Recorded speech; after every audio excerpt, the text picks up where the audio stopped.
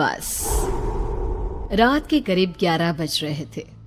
सड़क पर इक्का तुक्का गाड़ियां चल रही थी। अपनी नाइट शिफ्ट खत्म करके शीला और निकिता बस स्टॉप पर खड़ी थी। आज तो हमें बहुत देर हो गई। पता नहीं घर जाने के लिए हमें कोई साधन मिलेगा भी या नहीं। अगर कोई साधन नहीं मिला तो कहीं रात इसी बस स्टॉप पर ना बितानी पड़े। अपनी काली जुबान बंद कर। जब देखो तब उल्टी बातें ही करती है। अरे कुछ देर रुक जाना, कुछ ना कुछ मिल ही जाएगा। लेकिन काफी देर तक इंतजार करने के बाद भी उन्हें कोई बस नहीं मिलती। धीरे धीरे समय के साथ साथ सड़क पर चलने वाली गाड़ियों का दिखना भी बंद हो जाता है। अरे ये देख, अब तो सड़क पर एक भी गाड़ी नहीं दिख रही। दूर दूर तक गाड़ी और किसी इंसान का नामो निशान नहीं है।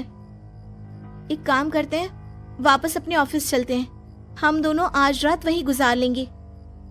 देख, तुझे अच्छी तरह पता है 10 बजे के बाद चौकीदार ऑफिस के मेन गेट पर ताला लगाकर अपने घर चला जाता है। ऑफिस जाने का कोई फायदा नहीं है। इस सुनसान सड़क को देख मुझे बहुत घबराहट हो रही है। एक काम करना, उसी चौकीदार के घर चलते हैं। वो भी तो परिवार वाला है। हम बेफिक्र होकर आज रात उसके घर पर रुक सकते हैं। अरे पागल, चौकीदार 10 बाई 10 की खोली में रहता है। उसके 4 बच्चे हैं। भला वो हमें अपने घर में कौन सी जगह देगा। अब तू ना ये बेकार की बातें बंद कर और चुपचाप खड़ी रह। शायद कोई लिफ्ट ही मिल जाए।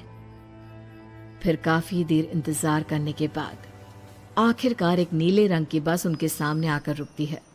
बस का दरवाजा खोल कंडक्टर उन दोनों से कहता है, कहिए कहाँ जाना है आप दोनों को? देखिए मेरी पूरी बस खाली पड़ी है।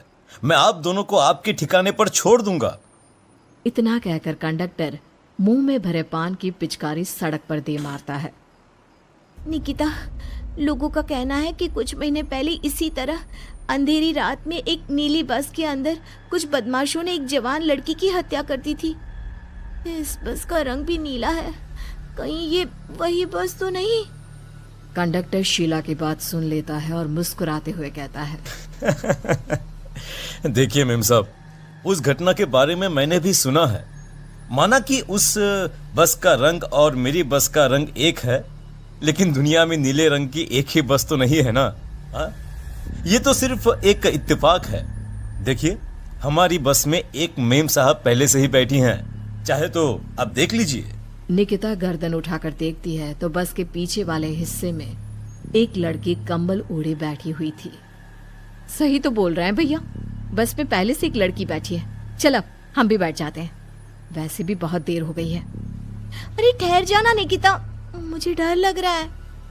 अरे तुझे इतना ही डर लग रहा है तो तू यहीं खड़ी रहे, मैं तो चली। अरे तुम मुझे छोड़कर कहाँ जा रही है? मैं भी चलती हूँ। दोनों बस में जाकर बैठ जाती हैं।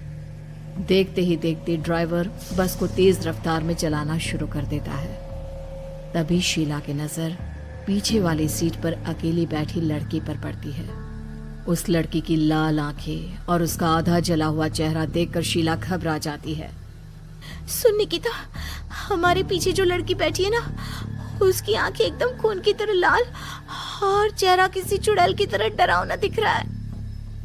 अरे छोड़ ना, कौन कैसा दिखता है? मुझे इन सब बातों में कोई दिलचस्पी नहीं है। मैं थोड़ी देर झपकी लेना चाहती हूँ, इसलिए अब तू अपनी बड़बड़ बंद कर प्लीज।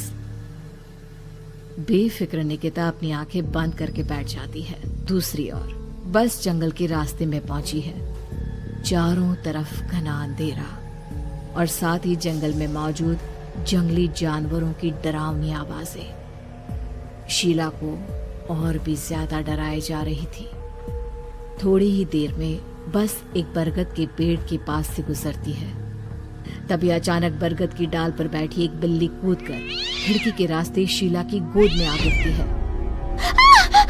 मर गई रे, बचाओ मुझे, कोई बचाओ। शीला के चिल्लाने की वजह से निकिता की आंख खुल जाती है और वो भी घबराकर इधर उधर देखने लगती है। तभी पीछे वाली सीट पर बैठी लड़की उठकर शीला के पास आती है और बिना कुछ कहे उस बिल्ली को शीला की गोद से उठा उसे सहलाते हुए अपनी गोद में लेकर वापस अपनी सीट पर जाकर बैठ जाती है। अरे शीला, तू तो बहुत ही डरपोक है। जरा जरा सी बात पर उछल पड़ती है। मैं कल से अकेले ही सफर करूंगी। अरे मैं क्या करूं? वो बिल्ली अचानक मेरी गोद में आ गिरी। अपनी बकवास बंद कर और मुझे चैन से सोने दे। इस तरह शीला को डांटकर निकिता फिर सो जाती है, पर तभी अचानक एक झटके से ब्रेक लगाकर ड्राइवर बस को रोकता है। शीला खिड़की से बाहर झांक कर देखती है तो उसे सड़क के किनारे एक काला आदमी खड़ा दिखाई देता है। उसकी बड़ी बड़ी दाढ़ी और अजीब से कपड़े देखकर शीला को घबराहट होने लगी। क्या हुआ ड्राइवर भैया, आपने बस क्यों रोक दी? अरे वो देखो वहाँ, वो सड़क के किनारे एक आदमी खड़ा है, उसी के लिए मैंने बस रुकवाई है। शीला निकिता को धक्का देकर नींद से जगाती है। अरे अब क्या हुआ? वो देख, सड़क किनारे कितना डरावना आदमी है। उसका अजीबोगरीब हुलिया देखकर लगता है जैसे कोई शैतान खड़ा हो। अब शीला की तरह निकिता भी उस आदमी को देखकर थोड़ा डरने लगती है। कंडक्टर, क्या तुम उस आदमी को बस में चढ़ाने वाले हो? उसे देखकर हमें डर लग रहा है, उसे बस में मत चढ़ाओ। अरे डरने की कोई बात नहीं है मेम साहब, ये आदमी जंगल के पीछे वाले गांव में रहता है। ये रोज इसी वक्त मेरी बस में बैठकर पड़ोस वाले गांव में जाता है। और वैसे भी ये बेचारा गूंगा है। अगर आप लोगों को डर लगता है तो मैं इसे ड्राइवर के बगल में बिठा देता हूँ। ओह अच्छा, ठीक है। फिर कंडक्टर का इशारा पाते ही वो आदमी बस में सवार हो जाता है। ड्राइवर दोबारा एक्सीलेटर पर जोर देकर बस को आगे बढ़ाता है। थोड़ी ही देर में बस एक घाटी पर चढ़ती है।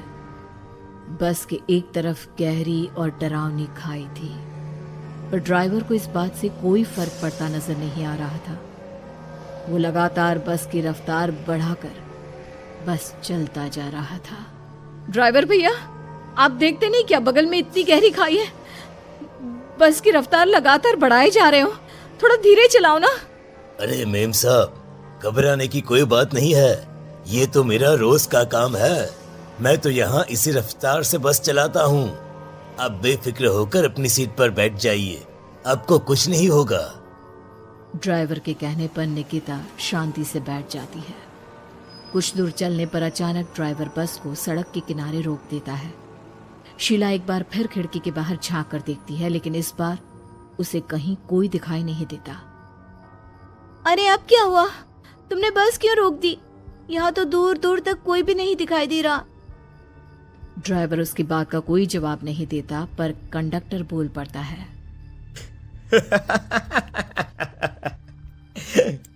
ये हमारी फेवरेट जगह है, हम अपने सारे अच्छे काम यहीं पर करते हैं। अब हमारा प्रोग्राम खत्म होने के बाद ही बस यहाँ से आगे बढ़ेगी। इतना कहते ही कंडक्टर